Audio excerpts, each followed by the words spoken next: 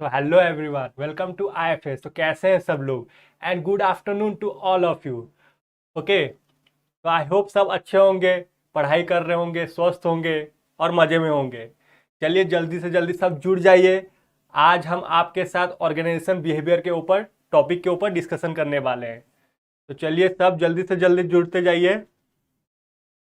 Hello Shweta, good afternoon.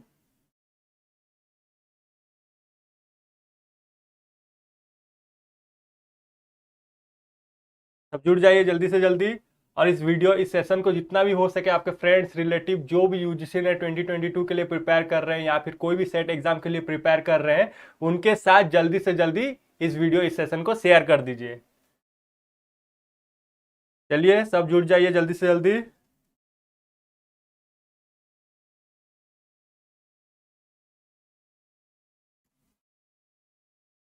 बहुत सारे concept सीखेंगे आज हम यहाँ इस टॉपिक से, इस वीडियो से। तो जुड़िए सब जल्दी से जल्दी, सब जुड़ जाइए जल्दी से जल्दी, सब जुड़ जाइए।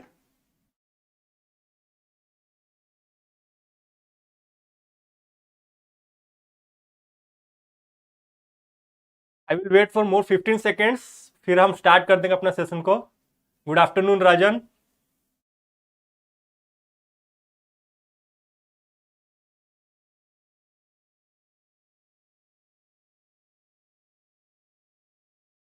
चलिए जुड़िए सब जल्दी से जल्दी से जल्दी, जितने भी आपके फ्रेंड्स रिलेटिव है जो भी है सबके साथ शेयर कीजिए और सबको ले आइए इधर। बहुत ही अच्छे अच्छे कॉन्सेप्ट हम सीखने वाले हैं आज। Hello John, good afternoon.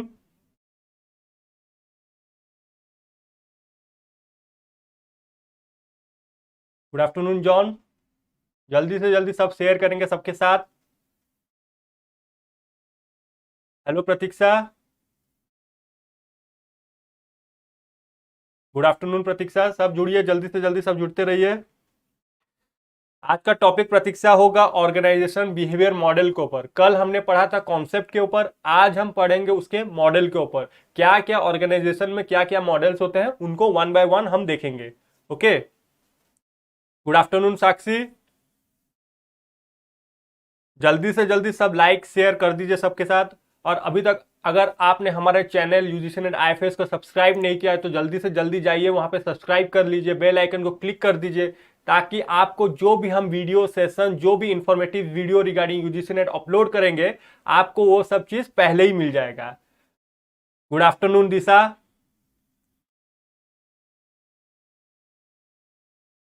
चलिए मैं आपको बता देता हूं आज हम क्या क्या पढ़ने वाले हैं, एक ओवरव्यू बता देता हूं। देखिए ऑर्गेनाइजेशन बिहेवियर मॉडल क्या क्या होता है। एक होता है हमारे पास autocratic, custodial, collegial, supportive and system, ये पढ़ेंगे।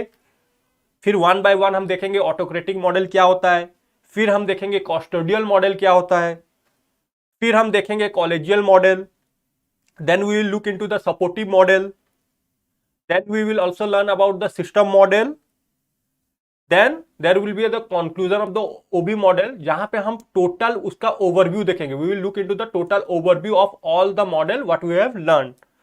फिर हम देखेंगे थ्योरी एक्स क्या होता है, थ्योरी वाई क्या होता है। ओके, फिर लास्ट में हम एमसीक्यूज करेंगे। हेलो प्रतीक, गुड आफ्टरनून। तो जल्दी से जल्दी सब जुड़ते रहिए, गिव मी 1 मिनट।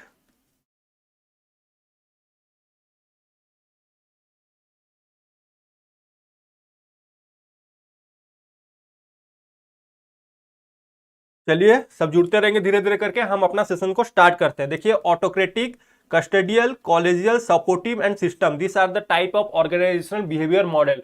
तो आपको याद रखना पड़ेगा, एग्जाम में आपको पूछ सकता है कि कौन सा मॉडल होता है ऑर्गेनाइजेशन बिहेवियर मॉडल में। ओके, तो आपको याद रखना पड़ेगा ऑटोक्रेटिक, कस्टोडियल, कॉलेजियल, सपोर्टिव और सिस्टम, ACC-SS निमोनिक से आप इसे याद रख सकते हो for the long term.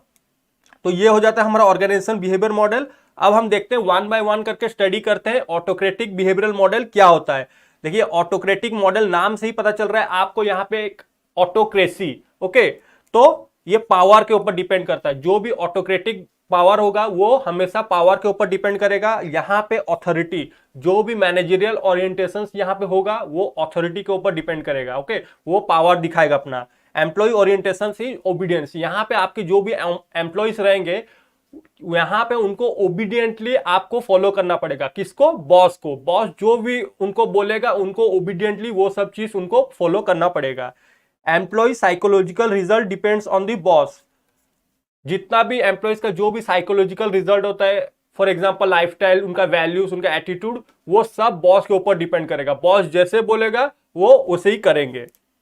Employees need meet is subsistence. Subsistence का मतलब यहाँ पे क्या हो जाता है, उनको कम रिसोर्सेस में भी वो अपने आप को सेटिस्फाई कर लेते हैं। कौन? यहाँ पे एम्प्लॉयज। एम्प्लॉयज को अगर हम थोड़ा सा अमाउंट भी देंगे, मनी देंगे, तो वो थोड़ा सा मनी से भी वो खुश हो सकते हैं, खुश हो जाते हैं। ओके, यहाँ पे उनको ज्यादा इकोनॉमिक कंडीशंस अच्छा नहीं रहता है। किनका? एम्प्लॉयज लोन का। Performance result is minimum. यहाँ पे अगर आप ऑटोक्रेटिक मॉडल में क्या करते हो, डरा धमका के काम करवाते हो अपने एम्प्लॉयज से, तो यहाँ पे क्या होता है एम्प्लॉयज लोन का, यहाँ पे वो परफॉर्म ठीक से नहीं कर पाते हैं, उनका परफॉर्मेंस आउटफॉर्म बहुत ही मिनिमम होता है। जैसे एग्जांपल हो जाता है हमारा आर्मी स्ट्रक्चर। यहाँ पे आर्मी स्ट्रक्चर में क्या होता है, यहाँ पे पावर एंड अथॉरिटी से काम करवाया जाता है। आपके जो भी टॉप लेवल रहेंगे, जो भी आपके सुपरवाइजर रहेंगे, जो भी आपके हेड रहेंगे, वो आपको जो भी ऑर्डर बोलेंगे आपको ओबीडियंटली उसे फॉलो करना होता है। तो ये हो जाता है आपका autocratic model. I hope autocratic model क्या है आपको अच्छे से समझ आ गया होगा। ऑटोक्रेटिक मॉडल, यहाँ पे कीवर्ड है, आपको याद रखना पड़ेगा power. Power and authority here is the keyword. तो चलिए, ये हो गया ऑटोक्रेटिक मॉडल। अब हम देखते हैं कस्टोडियल मॉडल क्या है। कस्टोडियल मॉडल मतलब कस्टडी। ओके, तो यहाँ पे depends on the economic resources. Economic resources मतलब यहाँ पे आपको जो भी आपके एम्प्लॉयज काम कर रहे हैं आपके अंडर, उन्हें आपको कस्टडी, उन्हें आपको सपोर्ट देना पड़ेगा इन टर्म्स ऑफ मनी। आप उनको अच्छा सैलरी प्रोवाइड करके उनको कस्टडी प्रोवाइड कर सकते हो, सिक्योरिटी प्रोवाइड कर सकते हो। Okay, managerial orientation is money. देखिए यहाँ पे कीवर्ड क्या है आपका, मनी। मनी के थ्रू में आप उनको सिक्योरिटी प्रोवाइड करते हो। Employee orientation is security and benefits. क्या है, यहां पे आप सिक्योरिटी देते हो और बेनिफिट्स प्रोवाइड करते हो। Hello Rohan, good afternoon Rohan. तो यहाँ पे आप सिक्योरिटी एंड बेनिफिट्स उनको प्रोवाइड करते हो। सिक्योरिटी एंड बेनिफिट कैसे प्रोवाइड करते हो उनको आप अच्छा सैलरी, अच्छा मनी प्रोवाइड करके उनको सिक्योरिटी प्रोवाइड करते हो। Employee psychological result depends on the organization. Okay, तो एम्प्लॉय एक टोटली ऑर्गेनाइजेशन के ऊपर डिपेंड होता है। यहाँ पे उनका साइकोलॉजिकल रिजल्ट किसके ऊपर डिपेंड होता है, एक ऑर्गेनाइजेशन के ऊपर डिपेंड होता है। Employee need meet is security. यहाँ पे एक एम्प्लॉयज को सिक्योरिटी चाहिए। सिक्योरिटी एक ऑर्गेनाइजेशन से वो क्या एक्सपेक्ट करेगा, security in terms of money. यहाँ पे बेस्ट एग्जांपल है आपका garment factory, because here it is based on economical resources. क्या होता है इकोनॉमिकल रिसोर्स, मतलब यहाँ पे हो जाता है आपका money. Here labours execute the job for security and benefits. Again here if an organization do well then employees get better benefit. तो गारमेंट मैन्युफैक्चरिंग इंडस्ट्री में क्या होता है, it's totally based on the production. आप जितना production अच्छा करोगे उसी हिसाब से आपको इंसेंटिव्स मिलेगा। और यहाँ पे आपको इंसेंटिव्स क्या मिलेगा, incentives in terms of money, in terms of your salary. Okay, I hope custodial model क्या है आपको समझ आ गया होगा। कस्टोडियल मॉडल मतलब कस्टोडियल, नाम से ही पता चल रहा है, यहाँ पे आप उनको सिक्योरिटी प्रोवाइड कर रहे हो कि उनको सिक्योरिटी कैसे मिलेगा आपको, in terms of money, economic resources आप उनको प्रोवाइड करोगे। ओके, तो ये हो गया हमारा कस्टोडियल मॉडल। अब हम चलते हैं किसमें ऊपर, कॉलेजियल मॉडल। कॉलेजियल मॉडल क्या होता है, कॉलेजियल देखिए नाम से पता चल रहा है, कॉलेजियल मतलब आपके कॉलीग्स, आपके पार्टनर, आपके टीम मेंबर्स, तो वो कैसे इंपैक्ट डालते हैं, depend on partnership. Okay, depend on the partnership. Managerial orientation is team work. यहां पे टीम वर्क की बहुत ही इंपॉर्टेंट क्रूशियल रोल प्ले करता है in the collegial model. Okay, employ orientation is responsible behaviour. Responsible behaviour मतलब आप एक टीम मेंबर में हो, तो टीम मेंबर में इंडिविजुअल अगर कंट्रीब्यूट कर रहा है तो वो टीम सक्सेस नहीं हो पाएगा। तो टीम को कैसे सक्सेस करना है, सब मेंबर को एक साथ कंट्रीब्यूट करना पड़ेगा फॉर द ऑर्गेनाइजेशन सक्सेस। तो एक एम्प्लॉय का ओरिएंटेशन यहाँ पे क्या होना चाहिए, उसको रेस्पॉन्सिबिलिटी लेना चाहिए कि वो अपना ऑर्गेनाइजेशन, अपना टीम को कैसे सक्सेस करेगा। तो वो हो जाता है हमारा एम्प्लॉय ओरिएंटेशन। यहाँ पे एम्प्लॉय का साइकोलॉजिकल रिजल्ट क्या आ जाता है, सेल्फ डिसिप्लिन। सेल्फ डिसिप्लिन, एक टीम मेंबर में वो रहेगा और उसको डिसिप्लिनरी वे से काम करना पड़ेगा। Employee need meet is self actualization, वहां यहां पे उसको सेल्फ एक्चुअलाइजेशन नीड दरकार होता है। तो ये क्या हो गया चाहता है हमारा कॉलेजियल मॉडल। तो collegial model is all about the partnership, आप अपने कॉलिग के साथ कैसे घुल मिल जाते हो एक ऑर्गेनाइजेशन में। आई होप कॉलेजियल मॉडल भी आपको समझ आ गया होगा। कीवर्ड को ढूंढिए, कीवर्ड को हमेशा पकड़ के रखिए। फिर हम चलते हैं सपोर्टिव मॉडल। सपोर्टिव मॉडल क्या है, नाम से पता चल रहा है आपको सपोर्ट चाहिए, डिपेंड्स ऑन द लीडरशिप। तो किससे आपको सपोर्ट चाहिए, आपके जो हेड है, आपके जो लीडर है, उनसे आपको सपोर्ट चाहिए। मैनेजरियल ओरिएंटेशन इज सपोर्ट, तो यहां पे मैनेजरियल ओरिएंटेशन क्या होना चाहिए, सपोर्ट होना चाहिए। और एम्प्लॉय ओरिएंटेशन क्या होना चाहिए, जॉब एंड परफॉर्मेंस। तो यहां पे क्या करेगा एक एम्प्लॉय, क्या करेगा यहां पे अपना काम करेगा और उसके साथ साथ अपना परफॉर्मेंस को भी शो करेगा। ओके, और यहां पे एम्प्लॉय का साइकोलॉजिकल रिजल्ट क्या होता है, पार्टिसिपेशन, उसको सपोर्ट मिल रहा है। तो एक एम्प्लॉय क्या करेगा, मैक्सिमम टू मैक्सिमम पार्टिसिपेट करके अपना इनपुट दे के अपना अच्छा परफॉर्मेंस शो करेगा। यहां पे employee need meet is status and recognition. तो यहां पे एक एम्प्लॉयज को क्या चाहिए, एक स्टेटस चाहिए, एक रिकॉग्नाइजेशन चाहिए इन द ऑर्गेनाइजेशन। तो ये था हमारा सपोर्टिव मॉडल। ओके, नेक्स्ट चलते हैं। नेक्स्ट आ जाता है हमारा system model. Okay, employees want more than just a पे बैक एंड जॉब सिक्योरिटी। यहां पे सिस्टम मॉडल में क्या कर रहा है, आपको उनका मतलब जो भी आपके एम्प्लॉइज है उनको उनका साइकोलॉजिकल नीड्स को भी फुलफिल करना पड़ेगा, उनको आप सपोर्ट करोगे, मोटिवेशंस करोगे। तो ये सब किसमें आता है, हमारा सिस्टम मॉडल में। उनको यहाँ पे आप सैलरी दे के भी खुश नहीं कर सकते हो। एक एम्प्लॉइज को कभी भी पेचेक पेचेक तो चाहिए ही चाहिए, जॉब सिक्योरिटी चाहिए ही चाहिए, उसके साथ साथ उनको आप मोटिवेट करोगे, उनको आप साइकोलॉजिकल उनका क्या क्या नीड्स है उसको देखोगे। ओके, तो ये आ जाता है हमारा सिस्टम मॉडल में। तो manager must demonstrate a sense of caring and compensation. Okay, तो आपके जो मैनेजर्स होंगे जिसके अंडर में आप काम कर रहे हो, जो आपके सुपरवाइजर है, तो वो क्या करेगा, यहाँ पे आपको केयर प्रोवाइड करेगा, एक कॉम्पेजन प्रोवाइड करेगा, काइंड हार्टेड होना चाहिए। Okay, managers focus their attention on helping employees develop feeling of hope, optimization and self confidence. तो मैनेजर्स का यहाँ मेन फोकस क्या होना चाहिए, एक एम्प्लॉय जो भी है उसको वो होप प्रोवाइड करेगा, सेल्फ कॉन्फिडेंस प्रोवाइड करेगा, और ऑप्टिमिज्म मतलब यहाँ पे वो पॉजिटिव फीडबैक, पॉजिटिविटी लाएगा एक एम्प्लॉयज के अंदर कि वो अच्छे से काम कर सके, वो मोटिवेट होके अपने अंदर सेल्फ कॉन्फिडेंस लाके जो भी काम कर रहा है वो ठीक से कर पाए। Employees experience a sense of psychological ownership for the organization and its product or services। तो यहां से क्या होता है, एक एम्प्लॉयज को एक अपने अंदर एक साइकोलॉजिकल ऑनरशिप आता है कि हाँ ठीक है, मुझे भी कुछ ऑर्गेनाइजेशन के लिए कुछ काम करना चाहिए।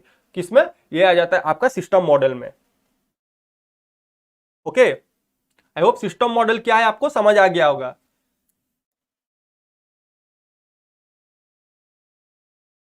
देखिए और एक बार हम क्या करते हैं, पूरा समराइज्ड वर्जन में पूरा देख लेते हैं, पूरा टोटल यहाँ पे समराइज्ड वर्जन में जिसको आप एक बार पढ़ लोगे तो आपको लॉन्ग टर्म के लिए आपको दिमाग में रह जाएगा। देखिए फर्स्ट है क्या, हमारा autocratic model. Okay, one by one हम स्टडी करते हैं। Let me change the colour of the pen, let me use the blue one. देखिए autocratic model. Okay, autocratic model में हमने क्या पढ़ा था, यहाँ पे बेसिक ऑफ मॉडल क्या होता है, पावर। यहाँ पे आप पावर दिखाते हो, ऑथोरिटी दिखाते हो, और अपने जो भी एम्प्लॉइज होते हैं उनको काम करवाते हो। डरा, यहाँ पे मेन फोकस क्या होता है, डरा धमका के काम कराते हो। यहाँ पे डिक्टेटरशिप रूल लाते हो यहाँ पे।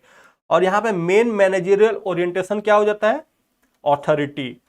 ओके, मैनेजरियल का ओरिएंटेशन होता है यहाँ पे ऑथोरिटी, उसके पास ऑथोरिटी है कि वो एक अपना एम्प्लॉइज जो भी उसके अंडर में है उससे वो काम करवा सके। एम्प्लॉइज का ओरिएंटेशन क्या होना चाहिए, जो एक आप जो एम्प्लॉइज है उनका क्या ओरिएंटेशन होना चाहिए, उनके सुपरवाइजर जो भी उनके हेड है, ओबीडियंस, वो ओबीडियंट उनका बात सुनेंगे और काम करेंगे। एम्प्लॉइज का साइकोलॉजिकल रिजल्ट क्या आ जाता है यहाँ पे, वो डिपेंडेंस ऑन द बॉस, ये बॉस के ऊपर डिपेंडेंस करेगा, या अपने आप से कोई भी इनिशिएटिव्स नहीं लेगा एक एम्प्लॉइज। जब तक उसको जो उसका बॉस जब तक नहीं बोलता है तब तक वो कुछ भी काम नहीं करेगा। तो वो हमेशा इसी के कारण वो हमेशा डिपेंडेंस ऑन द बॉस रहता है। प्रतीक बोल रहे हैं सिस्टम मॉडल टॉपिक हार्ड लग रहा है। ओके, सिस्टम मॉडल टॉपिक और एक बार यहां से देखेंगे और आपको क्लियर हो जाएगा। फिर यहाँ पे क्या आता है, एम्प्लॉयज नीड मीट। एम्प्लॉयज का नीड जो भी होता है वो कैसा मीट होता है, सब्सिस्टेंस। सब्सिस्टेंस मतलब यहाँ पे उनको थोड़ा सा अमाउंट ऑफ मनी दे दो, थोड़ा सा रिसोर्सेज दे दो, उसी में ही वो खुश हो जाते हैं, थोड़ा से में ही वो खुश हो जाते हैं, उनका और कोई एक्सपेक्टेशंस नहीं होता है यहाँ पे। क्योंकि यहाँ पे क्या होता है, मेन डरा धमका के आप काम करवा रहे हो, तो यहाँ पे एक एम्प्लॉयज कभी भी अपने अपने को अपना जो सैलरी इंक्रीमेंट का बात नहीं कर पाएगा। तो उसको जितना मिल रहा है वो उसी में ही खुश हो जा रहा है, तो वो हमारा हो जाता है सब्सिस्टेंस। और यहाँ पे परफॉर्मेंस रिजल्ट क्या आता है, मिनिमम। देखिए मिनिमम ऑब्वियसली आप अगर एक एम्प्लॉइज को डरा धमका के काम करा रहे हो, उसको अच्छा से सैलरी भी नहीं करा रहे हो, तो वो थोड़ी ना आपके लिए अच्छा से काम करेगा। तो इसी के लिए यहाँ पे परफॉर्मेंस हमेशा मिनिमम होता है। ओके, तो ये था हमारा कस्टोडियल मॉडल, ऑटोक्रेटिक मॉडल। अब हम पढ़ते हैं कस्टोडियल मॉडल क्या है। कस्टडी मतलब मैंने बताया था आपको सिक्योरिटी। तो सिक्योरिटी आप कैसे प्रोवाइड करोगे, इकोनॉमिक रिसोर्सेस, इकोनॉमिक रिसोर्सेस उनको दोगे। इकोनॉमिक रिसोर्सेस में क्या आ जाएगा, मैनेजरियल ओरिएंटेशन क्या आता है यहाँ पे, मनी। आप मनी देके उनसे काम करवाते हो यहाँ पे। यहाँ पे एक एम्प्लॉइज का ओरिएंटेशन क्या होता है एक ऑर्गेनाइजेशन के प्रति, सिक्योरिटी एंड बेनिफिट्स। उसको पता है कि मेरे को इस ऑर्गेनाइजेशन में सिक्योरिटी भी मिलेगा और उसके साथ साथ मुझको बेनिफिट्स भी मिलेगा, benefits in the terms of incentives उनको मिलेगा। फिर यहाँ पे क्या आ जाता है, एम्प्लॉय का साइकोलॉजिकल रिजल्ट। साइकोलॉजिकल रिजल्ट मतलब उसका दिमाग में क्या चल रहा है, एम्प्लॉयज का दिमाग में क्या चल रहा है कि वो डिपेंडेंस है एक ऑर्गेनाइजेशन के ऊपर। देखिए कस्टडी सिक्योरिटी प्रोवाइड कर रहा है एक ऑर्गेनाइजेशन, तो ऑब्वियसली एक एम्प्लॉयज क्या होता है, ऑर्गेनाइजेशन के ऊपर डिपेंड करता है। और यहाँ पे एम्प्लॉयज नीड मीट क्या होता है, सिक्योरिटी। उसको एम्प्लॉयज को सिक्योरिटी यहाँ पे मिलता है। और परफॉर्मेंस रिजल्ट यहाँ पे हो जाता है आपका पैसिव कोऑपरेशन। एक्टिवली नहीं काम करते हैं वो, पैसिवली काम करते हैं और पैसिवली कोऑपरेट करते हैं। ओके, फिर हम देखते हैं सपोर्टिव क्या हो जाता है। ओके, सपोर्टिव में आ जाता है, अब बेसिक ऑफ मॉडल क्या आ जाता है, लीडरशिप। देखिए सपोर्टिव, सपोर्ट आपको किससे चाहिए, आपके जो भी लीडर है उनसे आपको सपोर्ट चाहिए। तो यहाँ पे main model, basic of model का मेन बेसिक कॉन्सेप्ट क्या है, लीडरशिप। यहाँ पे मैनेजरियल ओरिएंटेशन क्या होता है, आप अपने एम्प्लॉयज को सपोर्ट प्रोवाइड करोगे। और यहाँ पे एम्प्लॉयज का ओरिएंटेशन क्या होना चाहिए एक ऑर्गेनाइजेशन के लिए, जॉब परफॉर्मेंस। अब आप एक एम्प्लॉय हो तो आपके लिए आपका एक ऑर्गेनाइजेशन के प्रति क्या होना चाहिए, आप अपना जॉब अच्छे से काम करो। ओके, तो जॉब परफॉर्मेंस। और यहाँ पे एम्प्लॉयज का साइकोलॉजिकल रिजल्ट क्या होता है, उसका दिमाग में क्या चलते रहता है, साइकोलॉजिकल नीड में क्या चलता रहता है कि उनको यहाँ पे पार्टिसिपेट करना है, मैक्सिमम टू मैक्सिमम पार्टिसिपेट करके एक ऑर्गेनाइजेशन को लॉन्ग टर्म में अच्छा बनाना है। ओके, तो यहाँ पे एम्प्लॉयज का नीड मीट क्या होना चाहिए, status and recognition. Status and recognition मतलब यहाँ पे उसको कुछ स्टेटस मिलना चाहिए, उसको कुछ रिकॉग्नाइजेशन मिलना चाहिए। ओके, जितने भी ऑर्गेनाइजेशन में जितने भी एम्प्लॉयज हैं, जितने भी उनके कॉलीग है, उनके उनके लिए उसके लिए एक रिकॉग्नाइज होना चाहिए। और यहाँ पे क्या हो जाता है, परफॉर्मेंस रिजल्ट अवोकेन ड्राइव्स। ओके, फिर हम देखते हैं कॉलेजियल। कॉलेजियल में हमने क्या देखा था, पार्टनरशिप। यहाँ पे आपके जितने भी कॉलीग्स हैं उनके साथ आपको प्रॉपरली पार्टनरशिप बना के चलना होगा एक ऑर्गेनाइजेशन में। तो यहाँ पे क्या हो जाता है, main managerial orientation team work. मतलब आप एक ग्रुप में हो, आप एक टीम में हो, तो आपको टीम वर्क में काम करना पड़ेगा। और यहाँ पे आपका एम्प्लॉय ओरिएंटेशन क्या हो जाता है, रेस्पॉन्सिबल बिहेवियर। मतलब आपके जितने भी टीम मेंबर्स है उनके प्रति आप एक रेस्पॉन्सिबिलिटी ले आओगे और अपना बिहेवियर में भी रेस्पॉन्सिबिलिटी रखोगे। और यहाँ पे एम्प्लॉयज का साइकोलॉजिकल रिजल्ट क्या होता है, सेल्फ डिसिप्लिन। मतलब वो डिसिप्लिनरी जो भी काम करेगा वो प्रॉपर डिसिप्लिन होना चाहिए एक टीम में। और यहाँ पे employees need meet self actualization, मतलब उसको रेस्पेक्ट मिलता है यहाँ पे।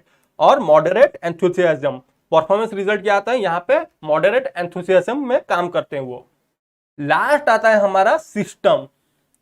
सिस्टम में क्या आ जाता है, ट्रस्ट, कम्युनिटी, मीनिंग। यहाँ पे आप उनको ट्रस्ट प्रोवाइड कर रहे हो, उनको कम्युनिटी में, एक कम्युनिटी के अंदर ला रहे हो, किसमें, सिस्टम में। यहाँ पे आप मैनेजरियल ओरिएंटेशन क्या होना चाहिए, केयरिंग एंड कॉम्पेंसेशन। मतलब आप जितने भी आपके एम्प्लॉयज हैं उनको केयर प्रोवाइड करोगे, उनके साथ आप काइंड हार्टेड रहोगे। ओके, और यहाँ पे उससे क्या होगा, एम्प्लॉय ओरिएंटेशन यहाँ पे क्या होगा, साइकोलॉजिकल ऑनरशिप। यहाँ पे उनके लिए उनके दिमाग में ये चलेगा कि अगर हमारा लीडर हमारे प्रति इतना काइंड हार्टनेस है, इतना सॉफ्ट हार्टेड है, तो वो हमारे लिए इतना सोच रहा है, तो उनके लिए भी, उनके दिमाग में भी, एक एम्प्लॉय का दिमाग में भी ये चलेगा कि मुझे भी कुछ ऑर्गेनाइजेशन के लिए काम करना है। तो वो खुद ऑनरशिप लेने का कोशिश करेगा। और सेल्फ मोटिवेटेड, वो अंदर से ही सेल्फ मोटिवेटेड होगा कि मेरे को ऑर्गेनाइजेशन के लिए कुछ करना है। Wide range, employ need meet wide range और परफॉर्मेंस रिजल्ट क्या है, passion and commitment to organisation goal. मैंने जैसे बताया, उसके अंदर जब उसके अंदर एक सेल्फ मोटिवेशन आ जाएगा तो वो पैशनेटली काम करेगा, कमिटमेंट करेगा ऑर्गेनाइजेशन गोल और नीड को फुलफिल करने के लिए। तो ये था हमारा ओबी मॉडल का कंक्लूजन, जिसमें हम autocratic, custodial, supportive, collegial and system हम पढ़ते हैं। तो आप इसको याद रख सकते हैं, ACCSS निमोनिक से इसको याद आप रख सकते हैं। ओके, आई होप यहां तक आपको सब कॉन्सेप्ट अच्छे से क्लियर हो गया होगा। अगर नहीं हुआ है तो और एक बार आप बता सकते हैं कमेंट सेक्शन में, मैं फिर और एक बार आपको इसको एक्सप्लेन कर दूंगा। ओके, अगर आपको स्नैप भी लेना है तो 1 मिनट, आप स्नैप भी ले सकते हैं। जितना भी मैंने आपको पढ़ाया है उसका आप मोबाइल में स्नैपशॉट भी ले सकते हैं। जल्दी से ले लीजिए स्नैप।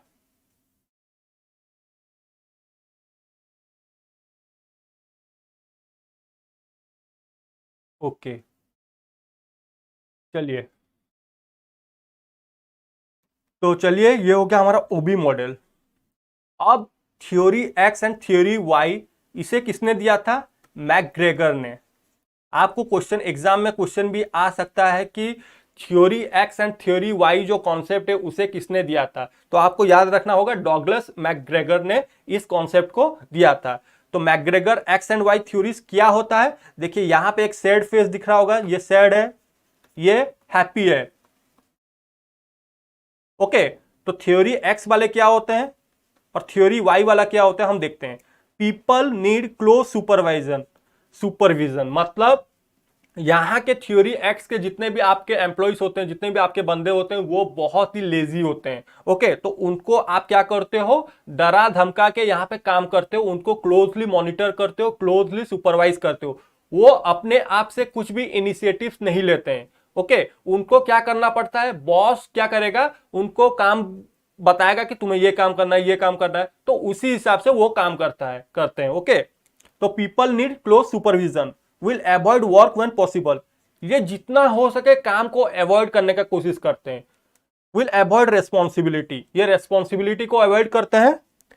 दे डिजायर्स ओनली मनी, यहां पे वो क्या करेंगे? बस हमको मनी, सैलरी मिल जाए, हमारा जितना सैलरी है, फिक्स सैलरी है, उतना ही मिल जाए, उसी में ही हम खुश हो जाएंगे। ये अपने आप से कोई भी इंसेंटिव नहीं लेते हैं जिससे ऑर्गेनाइजेशन का लॉन्ग टर्म गोल अचीव हो सके। वो हो जाते हैं किसमें? थ्योरी एक्स में। People must be push to perform, push to perform मतलब यहां पे उनको धक्का लगाना पड़ता है, चलो काम करो काम करो। ये अपने आप से काम नहीं करते हैं। तो ये कौन हो जाते हैं? थ्योरी एक्स वाले। सर एग्जाम में क्वेश्चन कैसे आते हैं? परफेक्ट क्वेश्चन आपने पूछा है श्वेता। देखिए बेसिकली यहां से क्वेश्चंस आपको ओबी मॉडल से क्वेश्चन पूछ सकते हैं।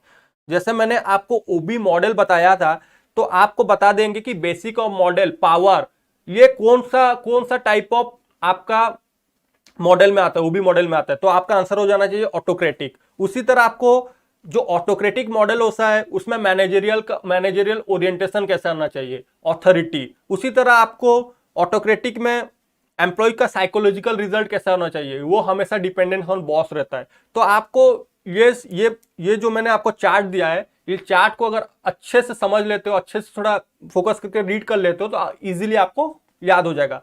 और उसी तरह आपको पूछ सकता है कि कौन से टाइप हैं जो ओबी मॉडल में आते हैं, जैसे ऑटोक्रेटिक, कस्टोडियल, सपोर्टिव, कॉलेजियल सिस्टम। तो आप ACCSS निमोनिक से भी इसको याद रख सकते हैं। ओके, तो ऐसे टाइप के क्वेश्चंस आपको पूछ सकते हैं।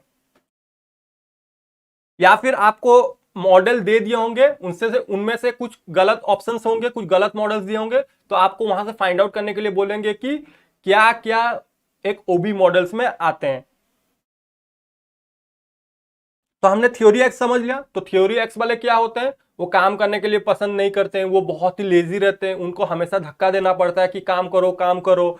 वो हमेशा अपने जो भी थोड़ा बहुत मनी के लिए काम करते हैं, थोड़ा बहुत फिक्स सैलरी के लिए काम करते हैं, उनके अंदर सेल्फ मोटिवेशन नहीं होता है, वो हमेशा बॉस के लिए ऊपर डिपेंडेंट होते हैं। कौन से टाइप हो जाते हैं? वो थ्योरी एक्स टाइप हो जाते हैं। थ्योरी वाई क्या हो जाते हैं? देखिए फेस से ये हैप्पी होते हैं। People want independence in work, ये किसी के ऊपर डिपेंडेंस होना नहीं चाहते हैं। ये बोलते हैं कि हमें बता दो क्या क्या काम करना है, हम सब कर लेंगे। वो खुद से ही इंसेंटिव लेना पसंद करते हैं। सिक्स रेस्पॉन्सिबिलिटी, ये खुद से ही रेस्पॉन्सिबिलिटी लेके काम करते हैं। Peoples are motivated by self fulfilment, तो जो भी ये इनर इनर से ही मोटिवेट होते हैं, इनको इनर सेल्फ से ही मोटिवेशन मिलता है। People naturally want to work, ये खुद से नेचुरली काम करने के लिए पसंद करते हैं। People will drive themselves to perform, ये खुद अपने आप को ही ड्राइव करते हैं कि मेरे को परफॉर्मेंस करना है और ऑर्गेनाइजेशन को आगे लेके चलना है। तो ये हो जाते हैं हमारे थ्योरी वाई। इसी के लिए इस टाइप ऑफ एम्प्लॉइज अधिक टाइम के लिए खुश रहते हैं। Good afternoon Pratibha, good afternoon Deepti. I hope Shweta आपको समझ आ गया होगा कि क्वेश्चंस कैसे कैसे आते हैं इस एग्जाम में। आपको बेसिकली पूछ सकते हैं theory X and theory Y के मेन कौन कंट्रीब्यूटर थे, मेन किन्होंने theory X and theory Y को दिया था। डगलस मैकग्रेगर, बता सकते हैं आप आंसर। फिर आपको बताया होगा कि आपको एक केस स्टडी टाइप दे दिया होगा कि एक एम्प्लॉयज होते हैं जिनको काम करना पसंद नहीं है, तो वो कौन से टाइप के एम्प्लॉयज होते हैं, क्या वो थ्योरी एक्स होते हैं या फिर थ्योरी वाई होते हैं। तो आप वहां पे लगा सकते हो थ्योरी एक्स ऑप्शन। उसी तरह आपको एग्जाम में क्वेश्चन दिया होगा एक केस स्टडी टाइप की, एक इंसान होता है, एक एम्प्लॉयज होता है जो खुद ही इनर मोटिवेटेड होता है और वो खुद ही रेस्पॉन्सिबिलिटी लेता है, काम करता है और एक ऑर्गेनाइजेशन को आगे परफॉर्म आगे लेके चलता है। तो वो हो जाता है आपके theory Y type of employees. Okay, तो ये था McGregor X and Y theories. तो आज के लिए इतना ही था। अभी चलिए हम कुछ एमसीक्यूज कर लेते हैं। देखिए फर्स्ट क्वेश्चन आ गया, which behavioural science, let me change the colour of the pen, which behavioural science has contribute of comparative values, comparative attitude, cross cultural and organisation culture. ये सब हम कहां पे पढ़ते हैं? क्या वो सोशियोलॉजी में पढ़ते हैं, सोशल साइकोलॉजी में पढ़ते हैं, एंथ्रोपोलॉजी में पढ़ते हैं या फिर साइकोलॉजी में पढ़ते हैं? हम यहाँ पे क्रॉस कल्चरल ऑर्गेनाइजेशन के बारे में पढ़ते हैं, ऑर्गेनाइजेशन कल्चर का स्टडी करते हैं, यहाँ पे हम कॉम्परेटिव एटीट्यूड्स को स्टडी करते हैं। तो ये कहाँ पे हम स्टडी करते हैं इसको? क्वेश्चन नंबर 1 का बताएंगे आंसर क्या होगा।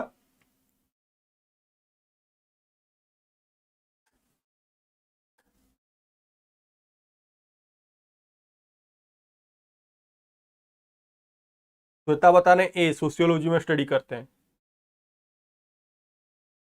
प्रतीक बता रहे हैं सी, एंथ्रोपोलॉजी में।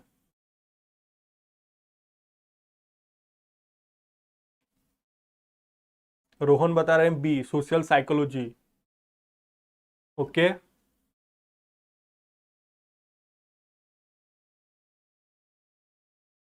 रोहन बता रहे हैं, रोहन ने आंसर चेंज कर लिया, अभी बता रहे हैं वो साइकोलॉजी में स्टडी करते हैं।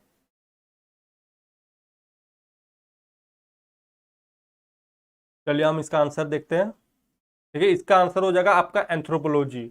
Okay, contribution of comparative values, comparative attitude, cross cultural and organisation culture को हम एक एंथ्रोपोलॉजी में स्टडी करते हैं। सोशियोलॉजी में हम किसको स्टडी करते हैं? हम सोसाइटी रिलेटेड कॉन्सेप्ट को स्टडी करते हैं। जितना भी आपको सोसाइटी रिलेटेड कॉन्सेप्ट आएगा वो हम सोशियोलॉजी में स्टडी करते हैं। ओके, और सोशियल साइकोलॉजी मतलब यहाँ पे हम सोसाइटी और अपने माइंड के जो रिलेटेड जो अपने लाइफस्टाइल है, एटीट्यूड है, उसको हम जब हम पढ़ते हैं साथ में, उसको हम बोल देते हैं सोशल साइकोलॉजी।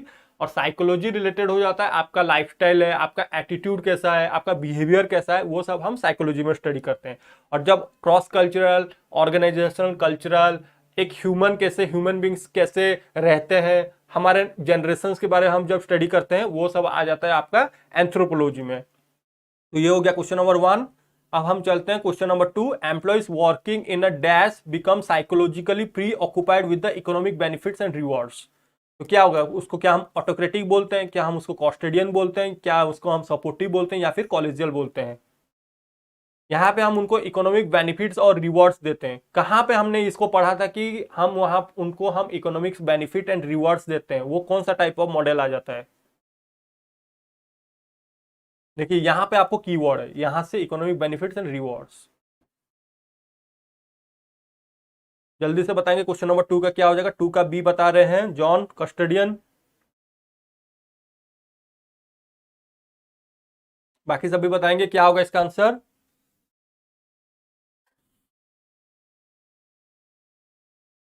प्रतीक्षा बता रहे ऑटोक्रेटिक।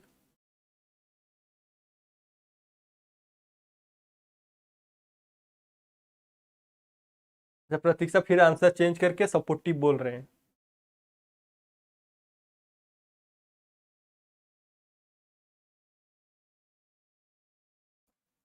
बताइए बाकी भी क्या होगा आंसर। श्वेता बता रहे हैं कस्टडियन। ठीक है,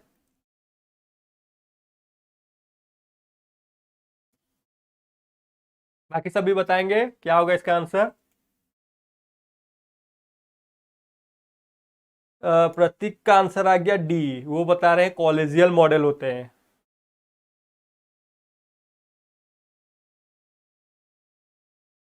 चलिए देखते हैं इसका आंसर। देखिए इसका आंसर हो जाएगा कस्टडियन। मैंने आपको कस्टडी में क्या बताया था, सिक्योरिटी।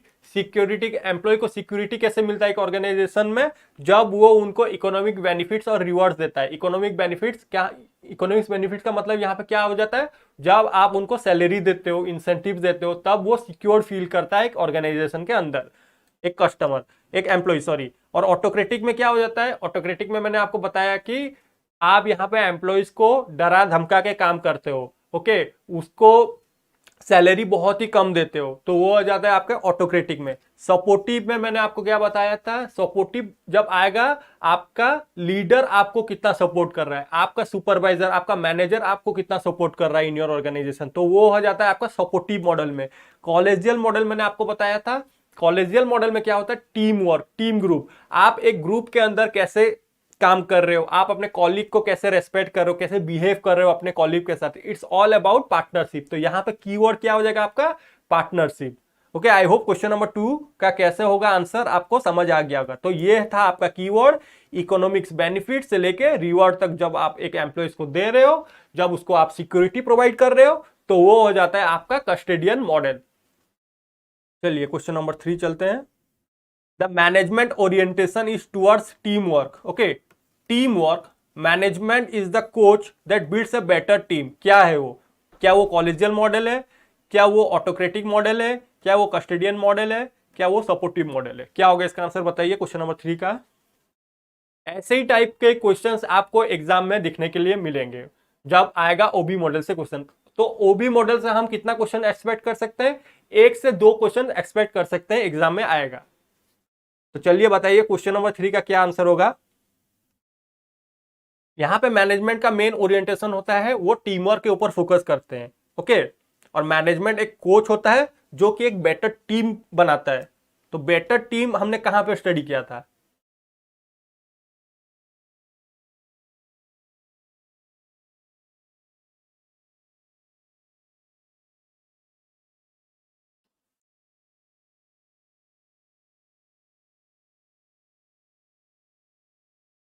बताइए क्या होगा इसका आंसर। ओके, रोहन बता रहे हैं डी, रित्वेश बता रहे हैं बी, रित्वेश ने बताया B, okay. Management orientation is toward team work, आप टीम वर्क के ऊपर फोकस कर रहे हो, ओके। और मैनेजमेंट का मेन फोकस क्या होता है, बेटर टीम वर्क बनाना, बेटर टीम बनाना। तो वो कहां पे हमने पढ़ा था,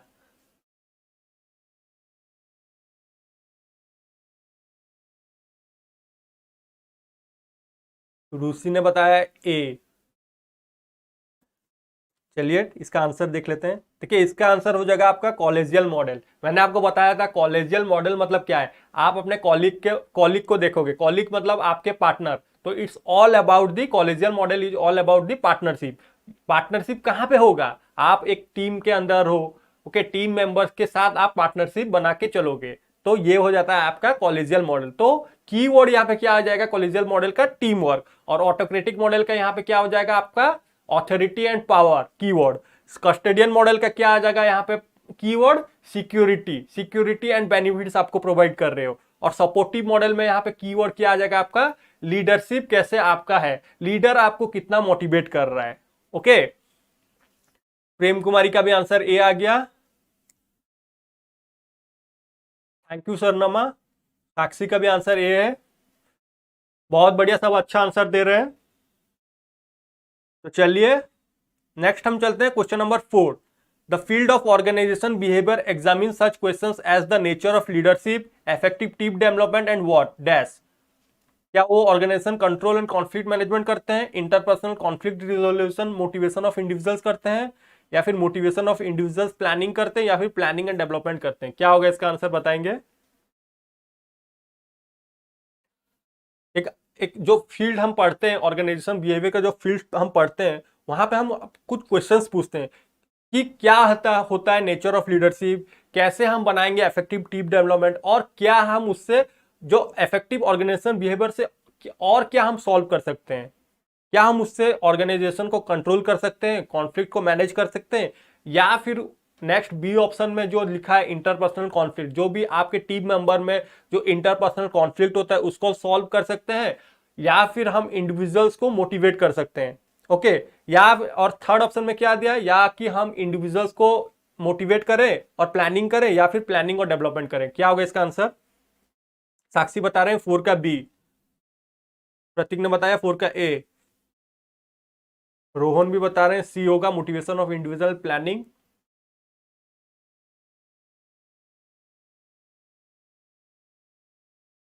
हमारा जब ऑर्गेनाइजेशन बिहेवियर इफेक्टिव होता है उससे हम यूज करके कौन सा चीज को हम सॉल्व कर पाएंगे।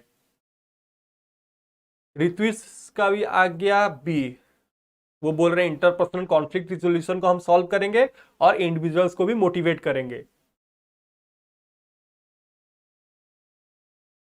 ओके, चलिए इसका आंसर हम देखते हैं।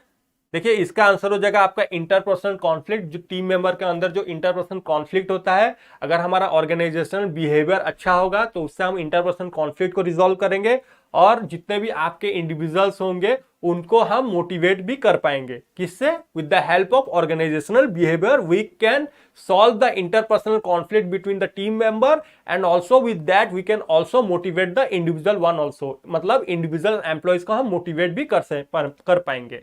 तो ये हो गया हमारा question number 4।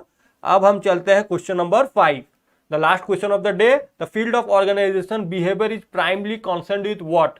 The behaviour of individual and group. क्या हम जो ऑर्गेनाइजेशन बिहेवियर में हम क्या पढ़ते हैं, हम देखते हैं कि एक इंडिविजुअल या फिर एक ग्रुप कैसा बिहेव करता है। ऑप्शन नंबर बी में क्या हम देखते हैं कि हम रिसोर्सेस को कैसे इफेक्टिवली मैनेज कर रहे हैं, या फिर ऑप्शन नंबर सी में हम देखते हैं कि control process and interaction between organisations external context, या फिर ऑप्शन नंबर डी हो जाएगा बोथ ए एंड सी। तो क्या होगा इसका आंसर? जो हम ऑर्गेनाइजेशन बिहेवियर किसके लिए स्टडी करते हैं, वो कौन सा चीज के ऊपर मेनली फोकस करता है? Organisation behaviour. 5 का बताइए क्या होगा आंसर?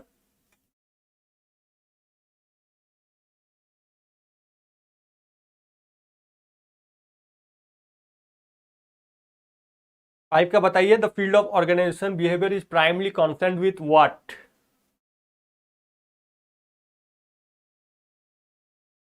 प्रतीक्षा बता रहे हैं 5 का बी हो जाएगा कि how resources are effectively management. क्या ऑर्गेनाइजेशन बिहेवियर में हम रिसोर्सेस के ऊपर स्टडी करते हैं? अभी वो बता रहे हैं a, the behaviour of individual and groups. John का भी आंसर ए आ गया। तो हम देखते हैं, चलिए इसका आंसर क्या होगा। Okay, the field of organisational behaviour is primary concerned with both a and c, मतलब हम ऑर्गेनाइजेशनल बिहेवियर में एक इंडिविजुअल का बिहेवियर को भी स्टडी करते हैं, उसके साथ साथ हम देखते हैं कि वो इंडिविजुअल को हम अगर जब ग्रुप में डाल देते हैं वो तब कैसा एक ग्रुप में बिहेव करता है, तो इंडिविजुअल और ग्रुप को भी स्टडी करते हैं। How resources are effectively manage, ये हम नहीं करते हैं ऑर्गेनाइजेशन बिहेवियर में। रिसोर्सेस का इफेक्टिवली मैनेजमेंट का ऑर्गेनाइजेशन का बिहेवियर के साथ क्या रिलेटेड, कोई भी रिलेशनशिप नहीं होता है। और ऑप्शन नंबर सी में क्या है? Control process and interaction between organizational and external context. तो यहाँ पे ऑर्गेनाइजेशन बिहेवियर का हम यूज करके हम यहाँ पे कंट्रोल करेंगे between the organization, and with that also we can also control the external factors that are impacting our organization. So both A and C will be the right answer. Okay, तो 5 का D हो जाएगा answer. I hope आज का session, आज का video आपको बहुत ही अच्छा लगा होगा। अगर आपको अच्छा लगा तो आप अपना ऑनेस्ट फीडबैक भी मुझे दे सकते हैं, कमेंट सेक्शन में बता सकते हैं। अगर आपको ये वीडियो सेशन बहुत ही अच्छा लग रहा है तो जल्दी से जल्दी जितने भी आपके फ्रेंड्स हैं, रिलेटिव हैं, जो भी यूजीसी नेट 2022 के लिए प्रिपेयर कर रहे हैं या फिर कोई भी सेट के लिए प्रिपेयर कर रहे हैं एग्जाम के लिए, तो उनके साथ definitely you should share. Okay, तो आज के लिए इतना ही था। देखिए, there is a small announcement to make. आपके लिए एक स्पेशल ऑफर है, तो आप क्या कर सकते हो, डेली प्रैक्टिस कर सकते हो हमारे साथ। बस आपको क्या करना है, बस आपको IFS का ऐप को डाउनलोड करना होगा प्ले स्टोर से, फिर आप क्या करोगे, यूजीसी नेट सेक्शन में जाओगे। फिर यूजीसी नेट सेक्शन के अंदर जाने के बाद वहां पे आपको यूजीसी नेट मैनेजमेंट का सेक्शन मिल जाएगा। फिर आप यूजीसी नेट मैनेजमेंट सेक्शन में जब क्लिक करोगे तो वहां पे आपको कॉन्टेस्ट क्वेश्चंस दिखने को मिलेंगे। तो वहां पे आप जाके डेली 5 क्वेश्चंस दे सकते हैं, वो भी आपके लिए फ्री है और ये लिमिटेड ऑफर है। तो जल्दी से जल्दी जाइए, इसे अवेल कीजिए और अपना कॉन्सेप्चुअल बिल्डअप करते रहिए। और उसके साथ साथ देखिए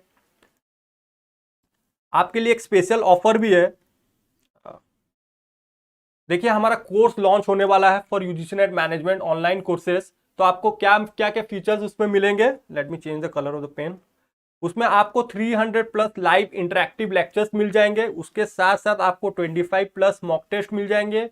उसके साथ साथ आपको 300 प्लस टीचर्स हैंडआउट पीडीएफ से मिल जाएंगे। तो नोट्स बनाने में दिक्कत आती होगी तो अगर आपको इजीली नोट्स भी मिल जाएगा। उसके साथ साथ आपको 2000 प्लस टोटल प्रैक्टिस क्वेश्चंस भी मिल जाएंगे। उसके साथ हमारे ऐप में फीचर्स क्या क्या रहेगा, ये टोटली एआई बेस्ड लर्निंग रहेगा। और उसके साथ साथ आपको चैट सपोर्ट भी मिल जाएगा, easily you can interact with the educators. उसके साथ साथ आपको स्टडी मटेरियल्स भी मिल जाएगा और लाइव डाउट सॉल्विंग सेशंस भी कंडक्ट किया जाएगा, जहां पे आप क्या करोगे, सिंपली अपना जो भी डाउट रहेगा आप वहां पे पूछ सकते हो। उसके साथ साथ आपको टीचर्स का ई नोट्स भी मिल जाएगा और आपके लिए हम लेके आ रहे हैं 7 डेज का डेमो क्लासेस भी लेके आएंगे, जहां पे आप क्या करोगे, इजीली ये सब जितना भी फीचर्स है वहां पे आप देखने को मिल जाएगा। तो आपके लिए सब्सक्रिप्शन है 6 मंथ के लिए। और for more information what you can do, you can just log in into www.ifsonline.com या फिर one number will be there 9172266888। In that number you can also call और जो भी आपका डाउट है, जो भी आपका क्वेरी है वहां पे आप पूछ सकते हो। ओके, तो that's all for today. I hope आपको ये सेशन अच्छा लगा होगा। Thank you and have a nice day.